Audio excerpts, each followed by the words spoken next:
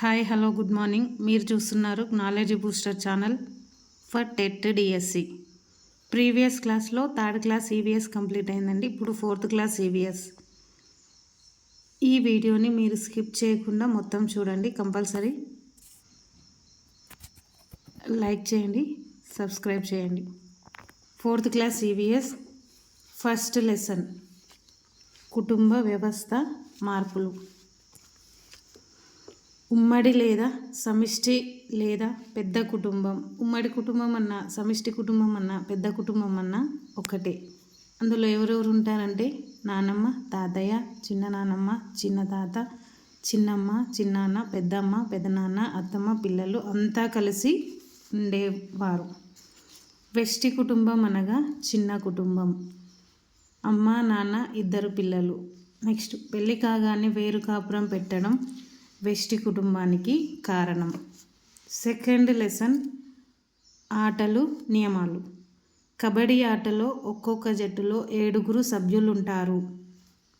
రోడ్లపై ప్రమాదాలను నివారించడానికి రోడ్డు నియమాలు ఉంటాయి. వీటిని సిగ్నలింగ్ సిస్టమ్ అంటారు.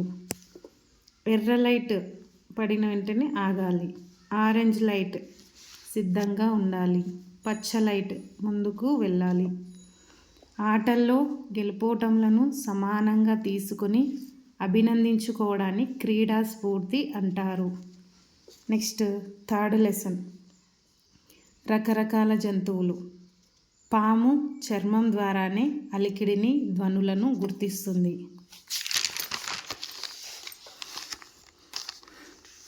ఏ జంతువులకు చెవులు బయటికి కనిపిస్తూ వాటి చర్మంపై వెంట్రుకలు ఉంటాయో అలాంటి జంతువులు పిల్లలను కంటాయి. వీటిని శిశోత్పాదకాలు అంటారు.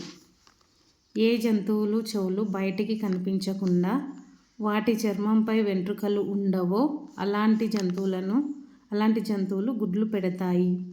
అవి అండోత్పాదకాలు. తెలంగాణ రాష్ట్ర జంతువు జింక. మన జాతీయ జంతువు పులి. నెక్స్ట్ ఫోర్త్ లెసన్ జంతువుల జీవన విధానం, జీవ వైవిధ్యం. డాక్టర్ సలీం అలీ మన దేశానికి చెందిన ప్రఖ్యాత పక్షి శాస్త్రవేత్త. మన రాష్ట్ర పక్షి పాలపిట్ట లేదా ఇండియన్ రోలర్ లేదా బ్లూ జే. మగ గిజిగాడు మాత్రమే గూడు అల్లుతుంది. ఆడ కందిరీగలు మాత్రమే గూడు కడతాయి.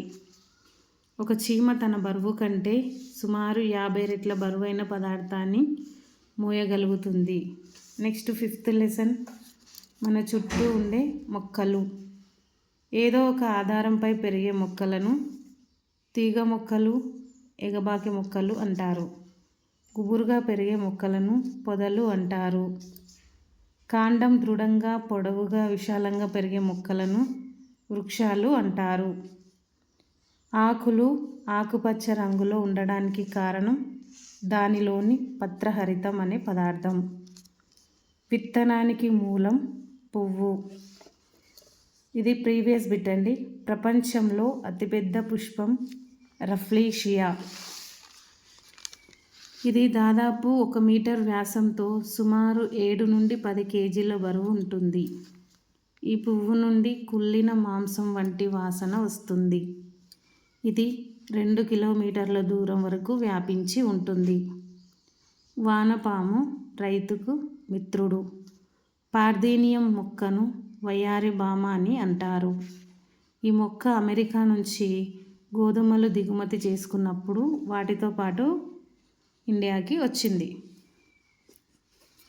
ఈ మొక్క పుప్పొడి వల్ల ఊపిరితిత్తులు వ్యాధులు, చర్మ వ్యాధులు వస్తాయి. వివిధ రకాల మొక్కల ఉత్పత్తి కేంద్రాలని నర్సరీలు అంటారు. నెక్స్ట్ సిక్స్త్ లెసన్ దారి తెలుసుకుందామా. ఒక స్థలానికైనా, ఒక భవనానికైనా లేదా ఒక గ్రామానికైనా ఇలా దేనికైనా చుట్టూ ఆనుకొని ఏమున్నాయో చెప్పడాన్ని సరిహద్దులు లేదా ఎల్లలు అంటారు. ఇక్కడ చూడండి, ఉత్తరానికి తూర్పుకు మధ్యన ఈశాన్యం, తూర్పుకి దక్షిణానికి మధ్య ఆగ్నేయం, దక్షిణం పడమరకి మధ్య నైరుతి, పడమర ఉత్తరానికి మధ్య వాయువ్యం. ఇలాంటి బిట్స్ కూడా రావచ్చు. మండలం అనగా కొన్ని గ్రామాల సముదాయం. మంచిర్యాల జిల్లాలో 18 మండలాలు ఉన్నాయి. మన రాష్ట్రంలో 33 జిల్లాలు ఉన్నాయి. మన రాష్ట్రంలో గోదావరి, కృష్ణ, తుంగభద్ర, మూసి వంటి నదులు ప్రవహిస్తున్నాయి. ఆదిలాబాద్, నిర్మల్, కొమ్రంభీం, మంచిర్యాల, పెద్దపల్లి, జయశంకర్, మహబూబాబాద్, భద్రాద్రి, నాగర్ కర్నూల్ జిల్లాల్లో అడవులు విస్తరించి ఉన్నాయి. తెలంగాణ రాష్ట్రం జూన్ 2, 2014 ఇండియాలో 29 రాష్ట్రంగా ఏర్పడింది. నెక్స్ట్ 7th లెసన్ ప్రభుత్వ సంస్థలు. గ్రామ స్థాయిలో బడి, పశు వైద్యశాల, పోస్ట్ ఆఫీస్, అంగన్వాడీ కేంద్రం వంటి ఇతర సంస్థలు కూడా ఉంటాయి. ఇటీవల ఆధార్ కార్డు జారీ చేసే సందర్భంలో వ్యక్తుల కళ్ళను ఐరిష్ కెమెరాలో ఫోటో తీస్తున్నారు. దీనిని మిమిజోయ్ కనుగొన్నాడు. రేషన్ సరుకులు సక్రమంగా అందకుంటే తహసీల్దార్కు ఫిర్యాదు చేయవచ్చు. మండల కేంద్రంలో తహసీల్దార్ కార్యాలయం ఉంటుంది. తహసీల్దార్ కార్యాలయం అంటే మండల రెవెన్యూ కార్యాలయం. మండల పరిషత్ కార్యాలయం యొక్క విధులు: ప్రాథమిక విద్యను అందించడం, వ్యవసాయం, పశుపోషణ, చేపలు, కోళ్ళ పెంపకం, అభివృద్ధి. మండలంలో రోడ్ల నిర్మాణం చేయడం, వాటి మరమ్మతులు చేయడం. నెక్స్ట్ సాగునీటి సరఫరా చేయడం, ఆరోగ్యం, శిశు సంక్షేమం, పారిశుద్ధ్య కార్యక్రమాలు చేపట్టడం. నెక్స్ట్ మండల వనరుల కేంద్రం యొక్క విధులు: మండలంలో 100% బడిఈడు పిల్లలను బడిలో నమోదు చేయడం, బడిలో చేరిన పిల్లలకు నాణ్యమైన విద్యను అందేలా చూడడం, పాఠశాలను పర్యవేక్షించడం, సక్రమంగా హాజరు కాని ఉపాధ్యాయులపై చర్యలు, మధ్యాహ్న భోజన నిర్వహణ సక్రమంగా జరిగేటట్లు చూడడం. ఇది 5th క్లాస్ పార్ట్ 1. ఈ వీడియో మీకు నచ్చినట్టయితే లైక్ చేయండి, సబ్స్క్రైబ్ చేయండి. Okay, thank you.